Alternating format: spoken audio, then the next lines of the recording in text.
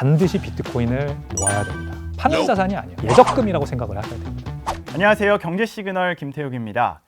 비트코인이 9만 달러가 붕괴되면서 과거의 50% 폭락의 악몽이 재현될까 투자자들은 혼란스러운 상황인데요.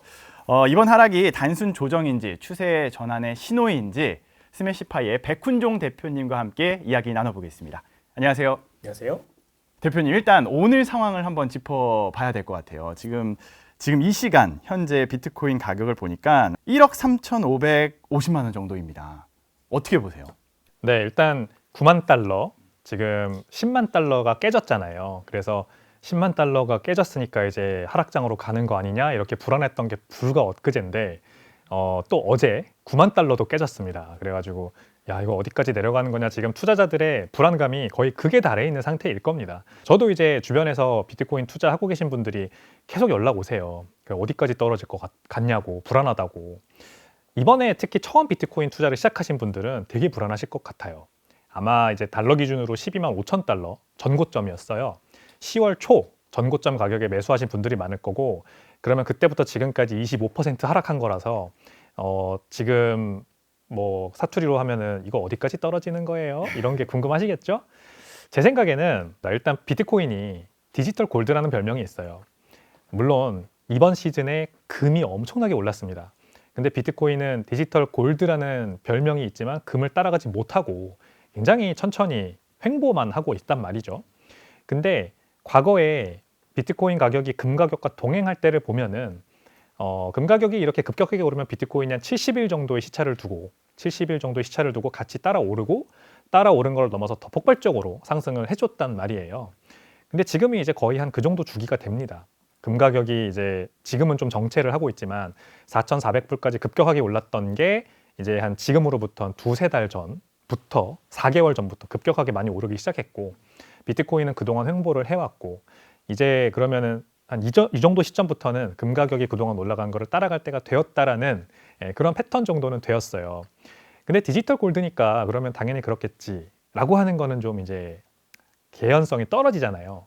제 생각에는 여기에서 비트코인이 더 올라가려면, 이제 그만 하락하고 올라가려면 지난 16년의 비트코인 역사, 이때 계속해서 비트코인에 놓여있던 환경인 유동성 확장세, 유동성이 풀리는 국면으로 다시 이 지반이 넘어와야 됩니다. 기존의 2008년 금융위기 이후로 등장한 비트코인의 초기에는 계속해서 기준금리는 내려오는, 미국 기준금리도 내려오고 뭐 주요국 선진국 기준금리 다 내려오는 상황이었고, 그 다음에 양적 완화가 계속해서 만연하게 펼쳐지고 있던 국면이었어요. 특히 2020년 코로나 발생했을 때만 해도 우리가 정확히 기억하잖아요. 무제한 양적 완화와 제로금리, 유럽에서는 뭐 마이너스 금리까지 나왔고, 지금은 근데 거기까지 가기에 아직도 상당히 시간이 많이 남은 상황입니다. 여전히 기준금리는 4%고 연준은 여전히 양적 축소를 하고 있습니다. 근데 되게 고무적인 것은 이런 상황임에도 불구하고 비트코인이 2023년 저점부터 지금까지 7배가 올랐다는 거죠. 그러니까 양적 축소와 이런 유동성이 경색되어 있는 국면에서 올랐으니까, 만약에 추세가 반전되어서 이제 양적 완화가 다시 시작된다면 다시 폭발적으로 오를 수 있겠다라고 생각하기 충분하잖아요. 금이 근데 먼저 올라간 거고 비트코인이 아직까지는 못 올라간 거고, 그러면은 유동성 국면이 다시 시작되면은 그동안 저평가되었던 비트코인이 상당히 폭발적으로 오를 수 있지 않을까, 저는 이렇게 생각을 합니다. 그래서 남은 연말 그리고 내년 초 이렇게 앞으로가 더 기대되는 그런 상황이죠. 투자자 입장에서 그럼 궁금한 것들을 하나하나씩 좀 풀어볼게요. 이 하락이 올해 상승분을 거의 다 반납하게 된 정도의 하락이잖아요. 그럼 투자자들은 이게 도대체 왜 이렇게 급격하게 하락한 거야? 라는 게 가장 좀 궁금할 것 같아요. 일단 거시경제 얘기를 안 할 수가 없을 것 같아요. 미국이 지금 매월 250억 달러씩 양적 축소, 양적 타이트닝, QT를 하고 있습니다. 양적 긴축이죠. 양적 긴축, QT를 하고 있습니다. 그러니까 동시에 미국의 지금 준비금, 은행 준비금이 그 미국 국채가 계속해서 풀리면서 마르고 있거든요. 무슨 말이냐? 미국 정부는 계속해서 아무튼 재무부가 채권을 발행을 합니다. 여러 가지 돈을 쓸 때가 많기 때문이죠. 근데 지난 43일 동안 연방정부가 셧다운돼 있으면서 돈을 쓰지 못했어요. 근데 국채는 계속 발행이 됐단 말입니다. 그래서 미국채의 원래 이번 4분기의 목표액이 있어요. 미국채 발행과 그 다음에 TGA라고 하는 연준에 있는 미국 재무부의 잔고가 8,500억 달러 수준 정도까지 차야 된다라고 하는 원래 타겟이 있었습니다. 근데 돈을 못 쓰니까 이게 계속해서 넘어서 차기 시작한 거예요. 그래서 1조 달러까지 거의 지금 TGA 잔고가 올라와 있어요. 8,500억 달러와 1조 달러까지 지금 넘게 올라와 있다. 이게 굉장히 중요합니다. 그러면 이 차액 1,500억 달러잖아요. 이 차액이 어디서 왔느냐? 다 시중 준비금에서 온 거예요. 은행 준비금에서 온 겁니다. 국채를 누군가 사줬을 거 아니에요. 그 국채를 사준 주체가 은행, 자산운용사, 뭐 MMF 펀드 이런 것들입니다. 그래서 은행 내 준비금이 마르고 그 은행 내 준비금이 마르는 만큼 은행 간의 단기 차입 금리가 올라갔습니다. SOFR이라고 Secured Overnight Financing Rate이라고 하는데 이게 이제 올라가면은 연준 입장에서는 굉장히 골치가 아파요. 왜냐하면 2019년에 있었던 리포 크라이시스 사태라는 게 다시 발생할까 두려운 거죠. 즉 연준은 지금 우리가 기준금리 인하를 막 바라고 있지만 12월에 안 할 수도 있다는 얘기를 하잖아요. 그것과 상관없이 그냥 긴급 유동성을 퍼부어야 되는 상황이 올 수도 있습니다. 왜냐하면 은행들 간의 시스템 실패가 발생하면 절대 안 되기 때문에. 자, 그래서 현재 TGA 잔고가 1,500달러 이상, 타겟 이상 올라가 있는 거, 그게 지금 은행 내 준비금을 빨아들였고 연준도 QT를 하면서 월 250억 달러를 시장에서 빨아들이고 있고 지금 이런 국면이란 말이죠. 이런 국면 속에서 비트코인 같은 위험 자산은 당연히 갈 수가 없는 겁니다. 지금 주식시장도 사실 그래서 조정을 받고 있는 거죠. 표면적으로는 AI 주식들이 고평가 논란에 휩싸여 있다. 뭐 이런 것들이 다 표면적인 이유고 사실상 유동성이 없는 겁니다. 시장에 자금이 말라 있는 거예요. 그래서 이게 다시 풀려야 되고 저는 이게 거의 수순이라고 생각을 합니다. 연준이 QT를 종료한다는 얘기를 했죠. 자기 입으로. QT 종료를 할 거고 그게 QE로 이어진다라고 저는 이건 필수 불가결한 과정이라고 보고요. 아마 QE를 바로 하진 않을 거예요. QE를 한다고 직접적으로 말을 안 하더라도 미리 시작할 겁니다. 기술적 조정이 필요하다. 연준이 이제 이렇게 발표를 하기 시작할 거예요. 은행 내 지금 시스템 위기가 어느 정도 조금 예상이 된다. 그래서 기술적 조정이 필요하다. 긴급 유동성 리포 프로그램이 다시 가동되겠다. 이런 식으로 아마 얘기를 하면서 긴급으로 뭐 수백억 달러 이런 식으로 시중 유동성을 푼다. 그러면은 연준이 이제 양적 완화로 가는 거구나. 이렇게 생각을 하시면 될 것 같아요. 그래서 이게 조만간 시작될 수 있다고 저는 보고요. 결국 그러면은 비트코인이 다시 한번 불을 뿜을 수 있지 않을까 그렇게 생각을 합니다. 그러면 일단 연준에서 금리 인하에 대해서 지금 계속해서 50대 50인 상황으로 이야기를 하고 있잖아요. 그럼 금리 인하에 대한 변수가 이 코인 시장에서의 얼마만큼 흔들 수 있는 변수가 될 수 있을까요? 항상 연준은 기준금리 인하를 양적 완화를 할 때 같이 가는 하나의 패키지로 가져가거든요. 그래서 기준금리 인하가 이렇게 12월 FOMC에서 가능성이 낮아지는 거는 결국 사람들이 반대로 양적 완화도 그럼 좀 멀었겠구나 이렇게 이제 판단하는 근거가 되는 거죠. 네. 근데 이제 제가 방금 말씀드린 게 바로 그 부분입니다. 연준은 지금 인플레이션 우려 때문에 기준금리 인하에 소극적인 거잖아요. 이제 트럼프 대통령의 관세 여파가 아직 인플레이션이 제대로 오지 않았고 이게 앞으로 어떻게 될지 모르니까 너무 적극적으로 기준금리 인하하면 안 된다. 그런데 지난 잭슨홀 미팅에서 파월 의장은 이제 더 이상은 인플레이션이 아니라 노동시장에 조금 초점을 맞춰가지고 정책 결정을 하겠다라고 했어요. 그러므로 이제 사람들이 반신반의하는 거죠. 연준 의장은 저렇게 생각을 하지만 또 다른 연준 위원들은 인플레이션 때문에 아직 안 된다라고 하고 있고 불확실성이 크다. 이게 이제 지금 위험자산 시장이 굉장히 경색되어 있는 원인인데 제가 보는 거는 기준금리 인하랑 상관없이 은행 내 시스템 위기 때문에 반드시 연준은 행동에 나서야 된다라고 보는 겁니다. 거기에다가 지금 43일 동안 닫혀 있었던 미국 연방 정부가 이제 다시 재개가 됐으니까 1월 30일 임시 예산안이지 않습니까? 그래서 그때까지는 적어도 가열차게 돈을 쓰기 시작할 거예요. 그래서 얼마 전에 트럼프 대통령이 그런 얘기를 했죠. 가정당 2,000달러씩 그 관세 리베이트 보조금 주겠다. 근데 관세로 지금 뭐 1,900억 달러인가 이렇게 벌어들였다고 하는데 그거를 다 써도 트럼프 대통령이 약속한 2,000달러씩 가정당 나눠주는 건 불가능합니다. 그러면 TGA 잔고에 있는 그동안 열심히 채권을 발행해서 모은 그 자금을 쓰겠다는 거고 그게 다시 그럼 시중에 풀리는 거잖아요. 그 2021년에 스티뮬러스 체크 미국에서 이제 한 가정당 코로나 위로금, 준비금, 지원금 명목으로 줬던 그거를 우리가 생각해 보면 좋을 것 같아요. 가정당 1,200달러인가 아마 그랬을 겁니다. 그거 가지고 사람들이 주식 투자하고 밈주식 사고 NFT 사고 비트코인 샀지 절대 그거 가지고 뭐 저축을 하거나 그렇게 쓰지 않았거든요. 이번에도 비슷한 사태가 발생하는 거다 보시면 됩니다. 결국 미국 정부가 다시 그동안 모은 돈을 쓰고 그 다음에 내년에 또 중간 선거도 돌아옵니다. 그래서 인기 영합주의적인 정책을 정치인들은 무조건 펼 거라고 생각해요. 어떤 당이냐를 떠나서. 그러니까 주식시장 띄워줘야 되고 돈을 써줘야 사람들이 좋아한단 말이죠. 그래서 다시 재정 정책의 유동성 홍수가 돌아올 거고 그 와중에 연준까지 이제 QT를 종료하고 그건 한다고 했고 그러면 QT 종료와 동시에 시중에 말라있는 준비금을 채워야겠다. 이거 안 그러면 은행 리스크 번진다. 이러면서 QE로 가면은 이제 더블 유동성 홍수입니다. 2021년이 정확히 이랬습니다. 이때가 돌아오면은 이제 비트코인도 다시 좋은 비트코인뿐만이 아니라 모든 위험 자산이 다시 좋은 국면으로 갈 수 있다라고 보는 게 맞죠. 지금 유동성이 막혀 있기 때문에 비트코인이 계속해서 하락하고 있고 올라갈 수 있기 위해선 유동성이 풀려야 된다라는 말인데 근데 투자자들의 심리에서 바라보면 투자자들은 지금 공포에 질려 있는 상황이거든요. 뭐 예를 들면은 지금 과거 4년 반감기와 다를 것이다라는 그런 평가들도 있는데 사실 뚜껑을 열어보니까 과거 4년 반감기랑 비슷한 흐름 추세로 흘러가고 있는 것 같고 그리고 뭐 10월 대규모 청산을 했을 때도 옥토버라고 해서 10월에는 상승할 것이다 했는데 하락을 해버렸어요. 그러니까 투자자들 입장에서는 심리가 굉장히 위축될 수밖에 없을 것 같거든요. 지금 비트코인의 4년 주기 사이클은 반감기라는 게 있기 때문에 존재를 하는 거지 않습니까?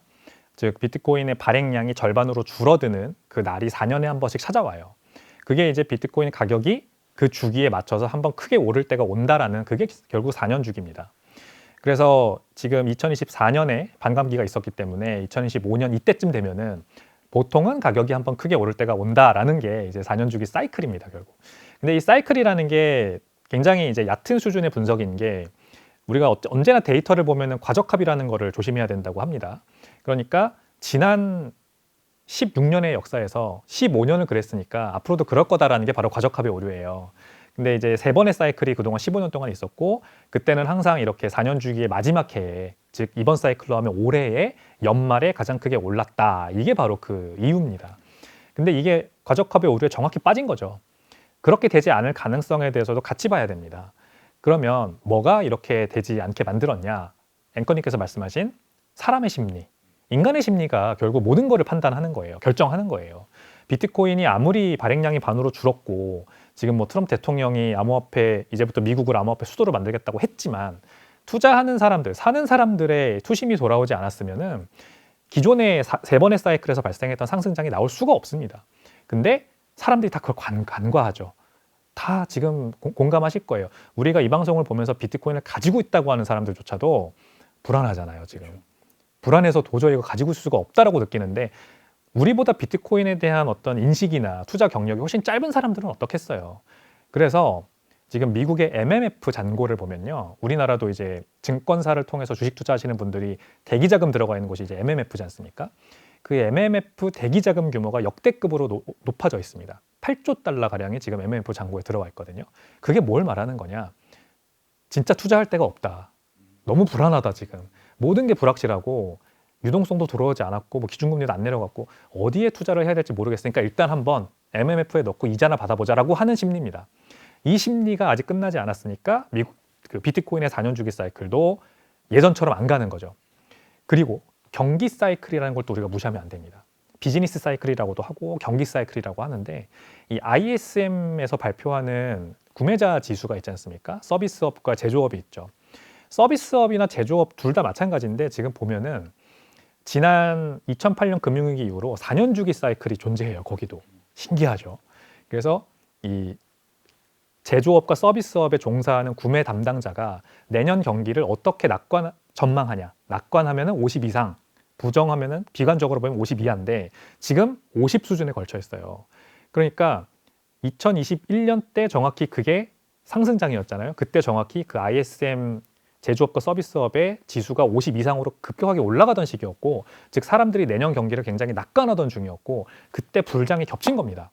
비트코인의 4년 주기 사이클은 결국 그 경기 사이클, 4년 주기 경기 사이클과 겹쳐왔기 때문에 연말에 불을 뿜었던 거예요. 근데 지금 상황은 반대예요. 경기 사이클이 4년이 지났는데 아직 안 올라오고 있어요. 그러니까 경기 사이클도 깨진 거죠.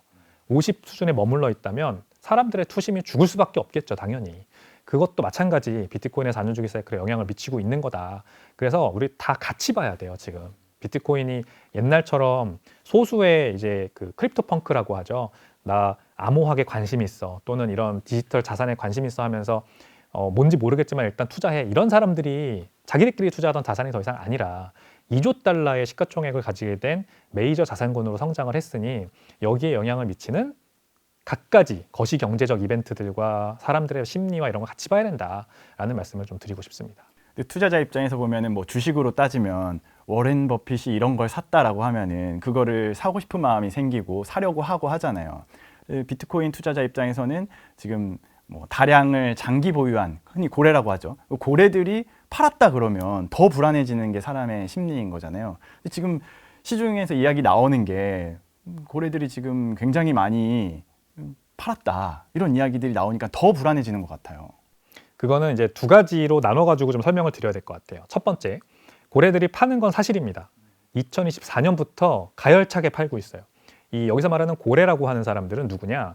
2010년, 2011년 이렇게 비트코인의 극초기에 아까 말씀드린 것처럼 기숙사방에서 나 컴퓨터 공학도라서 막 여러 가지 테크에 관심 많은데 비트코인이라는 걸 알게 돼서 이거 재밌다 하면서 뭐 그때 개당 1달러인 시절이니까 한 1000개, 10,000개 사본 사람들이에요. 아니면 직접 채굴을 했을 수도 있고.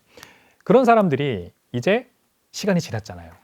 10년, 15년 이렇게 시간이 지나니까 이들도 이제 성인이 된 거죠. 가정을 꾸리고 이제 본격적으로 내가 뭔가 인생의 2막을 준비해야 되는 시기가 된 거예요. 그래서 대량을 매도하고 있는 건 사실입니다. 특히 비트코인이 그 전에는 너무 시가총액도 작고 내가 이런 대량의 물량을 시장에 내놨을 때 가격이 완전히 폭락해서 크게 비관론에 빠질 사람들이, 시장이 그럴 상황이 그런 가능성이 컸기 때문에 버텼던 거죠. 사실상 기다렸던 건데, 지금 비트코인의 시가총액이 2조 달러가 넘었기 때문에 이제는 그런 대량 물량을 내놔도 괜찮다라고 판단을 하는 그런 상황까지 온 겁니다. 그래서 작년에 비트코인을, 올해죠, 올해 8월에 비트코인을 8만 개 들고 있는 고래가 이 갤럭시 디지털이라고 하는 브로커리지를 통해서 비트코인을 한 번에 매도했어요. 8만 개의 수량이 한 번에 시장에 나왔는데 그때 주말에 나왔거든요, 심지어. 근데 가격이 떨어지지 않았습니다. 이거를 본 나머지 그런 비슷한 수량을 들고 있는 초기 투자자들도 아마 비슷하게 갤럭시 디지털 같은 브로커리지를 통해서 지금 팔고 있을 거예요. 이게 왜 중요하냐면 내가 그냥 8만 개를 업비트 거래소 같은 데 가서 매도를 눌러버리면 가격이 이렇게 떨어지겠죠. 근데 갤럭시 디지털 같은 브로커리지는 그거를 굉장히 투합이라고 합니다. 이제 천천히 이렇게 매도될 수 있게, 그리고 단가가 그렇게 많이 빠지지 않는 선에서 내가 수량을 단기간 안에 잘 매도될 수 있게 이렇게 조절해가지고 여러 시장에 또 뿌려가지고 장외 거래도 이용하고 이렇게 매도를 하는 장점이 있어요. 그 전에는 이런 기관이 없었죠. 이런 기관을 통해서 팔 수 있다는 것만 해도 비트코인 시장이 엄청 성숙했다는 걸 보여주는 거거든요. 그래서 고래가 팔고 있는 건 맞으나 2024년부터 팔고 있는 건 맞으나 그게 시장에 그렇게 급격한 영향을 주는 그런 상황으로 지금 가고 있다고 하는 거는 조금 확대 해석이에요. 두 번째, 비트코인 고래들이 지금 이제 와가지고 엄청 관심을 많이 받고 있습니다. 이거를 그래서 우리가 고래가 팔았다라고 하는 그거를 측정하는 방법이 뭐냐? 지갑 간 이동이에요. 우리가 알고 있는 고래 지갑에서 뭐 몇만 개의 비트코인이 이동했다, 거래소 지갑으로 들어갔다, 예를 들어서. 그러면 이거 매도하기 위해서 들어간 거다라고 다들 그냥 확언을 해버리거든요. 근데 사실 그렇지 않은 경우도 굉장히 많습니다.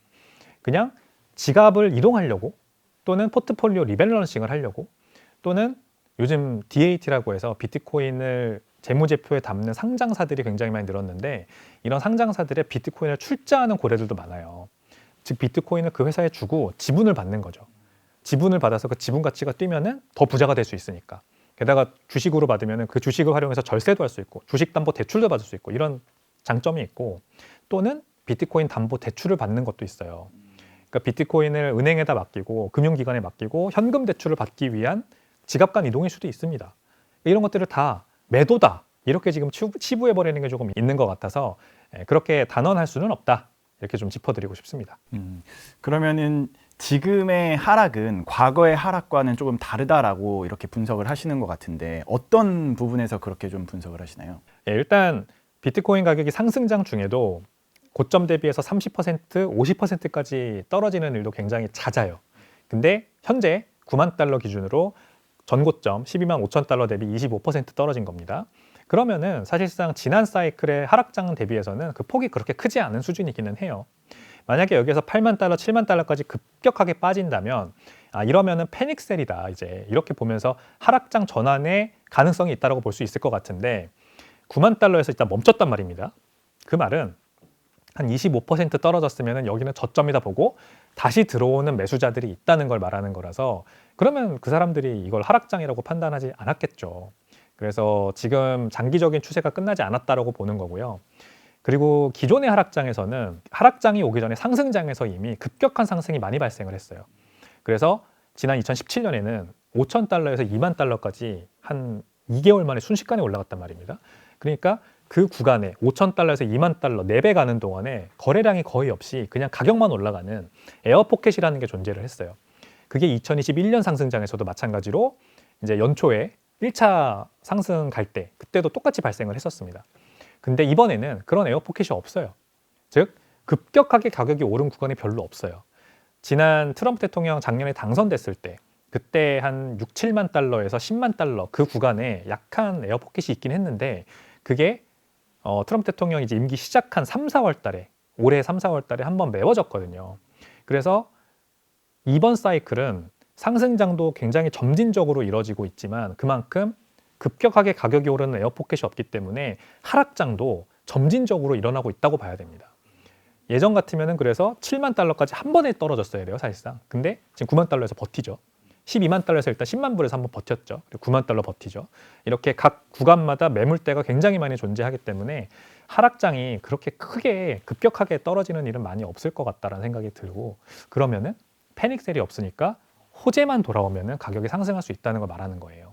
그래서 그 호재가 제가 아까 말씀드린 그런 유동성, 다시 돌아오는 유동성 신호가 큰 호재가 될 거라고 저는 봅니다. 그럼 그 변수는 결국엔 연준이다. 그렇죠. 이제 연준의 결정에 달린 건데 이거는 저는 연준이 결정을 하는 게 아니라 그냥 물리학처럼 어쩔 수 없이 발생하는 일이라고 보는 게 맞다고 생각합니다. 즉 우리가 열 에너지는 뜨거운 곳에서 찬 곳으로 이동하지 않습니까? 돈은 풀릴 수밖에 없습니다. 우리가 지금 돈을 두 개를 쓰고 있다고 한번 상상을 해보세요. 하나는 비트코인 같은 경화, 여기 금도 넣고 뭐 부동산도 넣읍시다. 경화가 있고 돈이라고 하는 우리가 쓰고 있는 법정화폐가 있습니다. 이 법정화폐는 지금 미국 정부가 또는 우리나라도 그렇고 일본도 그렇고 지금 추경이네 뭐 이제 지원금이네 뭐 재정 정책이네 하면서 열심히 국채를 발행해서 계속 양이 늘어나고 있어요.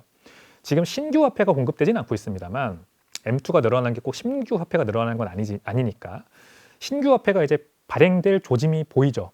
일본이 얼마 전에 17조 엔인가요? 규모의 대규모 재정 정책 그 추경을 발표를 했고 거기서 10조 엔을 신규 화폐 공급으로 마련하겠다고 했어요. 미국도 제가 말씀드린 것처럼 이제 QT 종료하고 QE로 가면 신규 화폐를 공급하겠다는 겁니다. 여기가 그럼 이제 열기가 뜨거워지는 거잖아요. 이 뜨거워진 열기가 여기 머무르지 않죠. 무조건 희소한 것, 즉 경화라고 합니다. 하드 에셋이라고 하는데 여기가 워낙에 양이 급격하게 늘어나다 보니까 단위당 가치가 떨어지니까 이 열 에너지가 어디로 가느냐? 차가운 곳으로 갑니다. 여기는 식어 있잖아요. 희소성, 통화 공급량이 명확하고 앞으로의 이 미래에 대한 투명성이 확실하고 이런 것들로 이제 이 에너지가 넘어오면서 이게 가치가 단위당 가치가 늘어나는 거거든요. 여기에 이제 비트코인이 속합니다. 지금은 비트코인이 사람들이 아직 인식이 작으니까 비트코인은 금과 똑같이 부동산이랑 똑같이 생각을 안 하고 있지만 결국 그 상황이 와야 돼요. 그 상황이 오면은 비트코인도 여기에 들어가게 된다. 그래서 이거는 연준의 결정이라기보다는 연준은 사실상 그 트렌드에 따라갈 수밖에 없는 입장인 거고 미국 정부가 왜냐하면 계속해서 돈을 풀 수밖에 없는 상황이니까. 그래서 시기의 문제일 뿐 무조건 발생하는 미래다. 이렇게 보는 게 맞습니다. 그러면은 이제 알트코인도 한번 이야기를 해볼게요. 알트코인 같은 경우에는 낙폭은 더 크고 회복은 더디잖아요. 알트코인은 어떻게 보시는 거예요? 이제 알트코인은 비트코인과 아예 다른 자산군으로 봐야 됩니다. 제가 지금까지 설명드린 비트코인의 특성은 현재 2025년 현재 투자 트렌드라고 할 수 있는 디베이스먼트 트레이드, 화폐 가치 절하에 대한 이 반대급부의 투자를 말하는 거예요.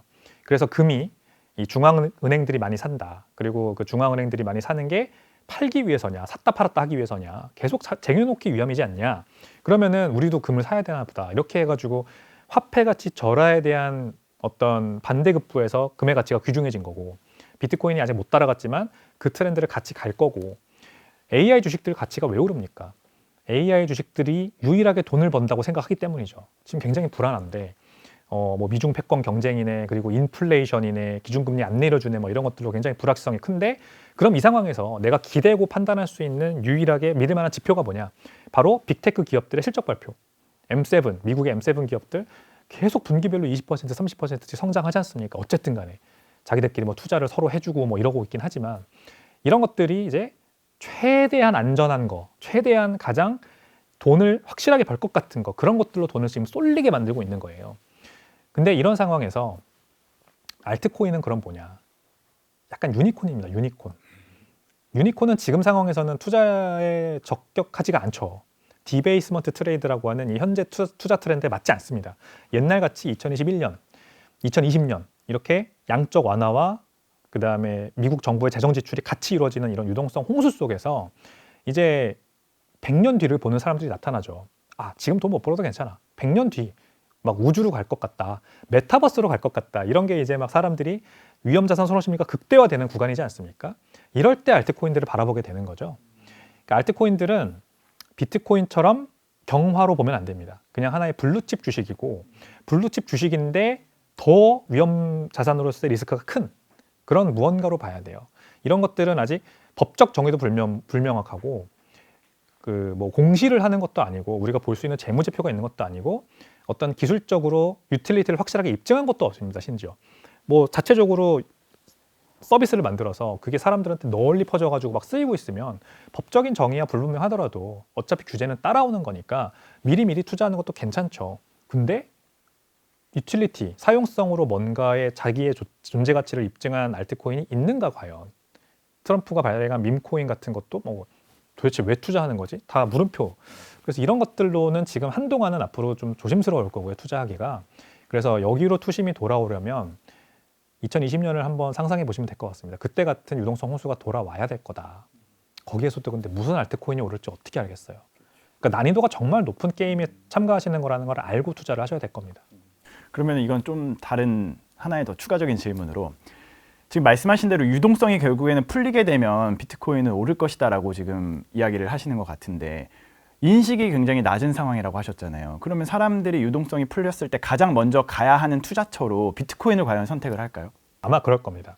왜냐하면 이제 비트코인이 어쨌든 지금 16년 동안 계속해서 살아남아 오면서 자신의 스스로의 존재 가치를 입증을 했어요. 이런 와중에 미국이 이제 미중 패권 경쟁이 벌어지니까 비트코인을 그 달러 가치를 보존하기 위한 안전자산으로서, 즉 금이 그동안 브레튼 우즈 체제에 해왔던 것처럼 이제 넥스트 100년은 미국 통합 패권을 유지하기 위해서는 비트코인이 중요하다. 이 발표를 했지 않습니까? 미국이 비트코인 행정명령, 전략적 비축 행정명령을 3월 달에 내렸고, 그리고 뭐 캄보디아 프린스 그룹이라던가 영국에 있는 뭐 어떤 범죄자, 이런 사람들이 가지고 있던 수만 개의 비트코인을 법무부와 뭐 재무부와 그다음에 FBI가 합동을 해가지고 막 몰수를 하면서 어느새 미국 국고에 지금 비트코인이 30만 개가 쌓였어요. 이거를 저는 하나의 현상이라고 생각을 합니다. 그러니까 이거 무시할, 트럼프 대통령이 그냥 임기가 됐으니까 뭐 인기 영합주의적인 정책으로 하는 게 아니라 이게 미중 패권 경쟁에 이기기 위해서 필요한 무기라고 보는 거예요. 중국은 지금 금을 사고 있지 않습니까? 가열차게 금을 사고 있습니다. 왜? 위안화 결제 권역을 만들고 싶은데 사회주의 체제를 가지고 있는 본인의 정치 체제로는 충분한 신뢰를 구축할 수 없다라고 보고 위안화 가치를 금으로 방어하고 싶은 거죠. 그래서 브릭스 국가들한테 다 니네도 금 사가지고 상해 금고에서에 넣어라 이러고 있는 거잖아요, 지금. 근데 미국은 그러면은, 미국은 이미 금이 많아요. 근데 거기에 대항하기 위해서 뭘 선택했냐? 비트코인과 스테이블 코인을 선택했지 않습니까? 스테이블 코인을 통해서 달러 유통량을 늘릴 거고, 스테이블 코인을 가치를 이제 여기 올라가는 달러의 가치를 보존하기 위해서 비트코인을 선택을 한 겁니다. 그래서 30만 개까지 지금 늘린 거고.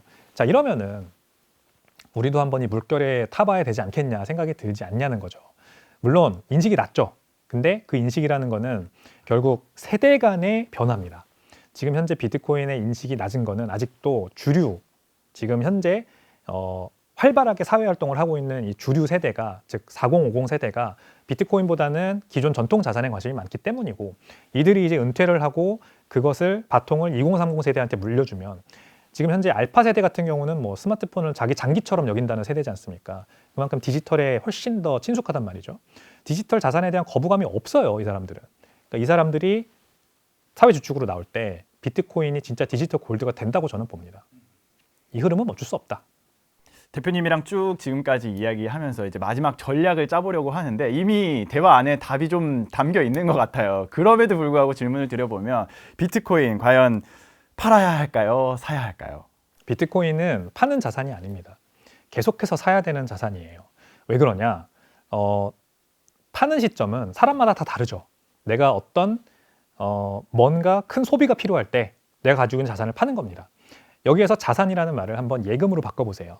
은행 예금을 내가 만약에 하고 있다. 정기 적금을 하고 있다. 그러면 그걸 왜 하나? 목적이 있는 사람도 있지만 목적이 없는 사람도 굉장히 많습니다. 근데 왜 목적이 없이 돈을 모아요, 우리? 미래에 어떤 일이 발생할지 모르기 때문이잖아요. 이게 바로 안전마진이라는 겁니다. 예를 들어 차를 타고 운전을 하는데 에어백이 달려있죠. 20년, 30년 운전하면서 단 한 번도 에어백 안 틀어본 사람들이 더 많을 거예요. 근데도 왜 에어백을 달고 운전을 하나? 사고가 났을 때 살 수 있는 확률이 늘어나잖아요.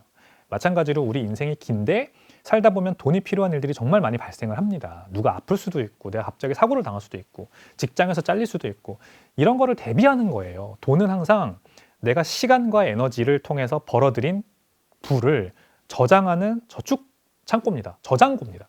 이 저장고가 바로 예금이다, 적금이다 이렇게 우리가 표현을 하는 건데 지금 그 예적금, 특히 돈이라는 것의 가치가 계속해서 희석되고 떨어지는 게 문제인 거죠. 우리가 옛날에는 20대에 결혼해서 30대면은 내 집 마련을 하고 그다음에 노후 준비를 40대에 했는데 지금은 왜 30대도 결혼을 잘 안 하려고 하고 애도 안 낳으려고 하고 40대가 돼도 내 집 마련을 꿈도 못 꾸고 이런 상황이 됐느냐. 부를 저축하는 돈의 가치가 떨어지면 그만큼 더 많은 시간을 투입해야 되는 거예요. 그래서 그런 겁니다, 진짜. 그래서 반드시 비트코인을 모아야 됩니다. 왜? 비트코인은 경화이기 때문에 가치가 떨어지지 않는 가치가 올라가는 경화입니다. 그러니까 여기에다가 내가 예적금을 계속 들고 있는 거지.